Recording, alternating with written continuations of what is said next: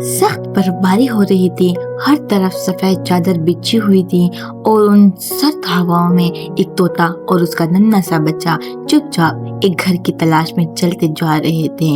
इस बर्फ में छुपी हुई सर्दी से वो कांप रहे थे और वो एक नए घर की तलाश में थे। काफी देर चलने के बाद भी उन्हें कोई पनाह नहीं मिली तो उन्होंने बर्फ पर एक पौधा लगाया, बहुत प्यार से, बहुत ख्याल से, और फिर उसी पौधे से इन्होंने अपना एक आइस ग्लो कमरा बनाया, छोटा सा खूबसूरत सा। वहाँ वो अपनी खुशियाँ बांटने लगे, दोनों साथ रहने लगे। एक दिन जब बड़ा तोता खुराक की तलाश में बाहर गया, पीछे नन्हा सा तोता अपने आइस रूम में सोया हुआ था। तभी एक वहशी भालू आया, उसने कमरा भी तोड़ दिया और उस मासूम तोते को भी खत्म कर दिया।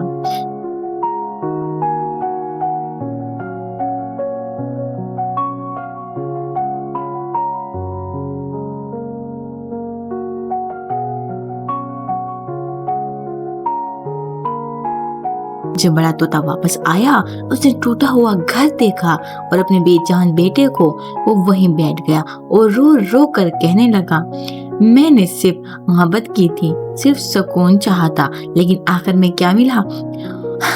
और तुम सब ने अब भी लाइक और सब्सक्राइब नहीं करोगे तो बताओ मैं और क्या खो दूं? वीडियो को लाइक करें, शेयर करें और मीनू के साथ रहिए।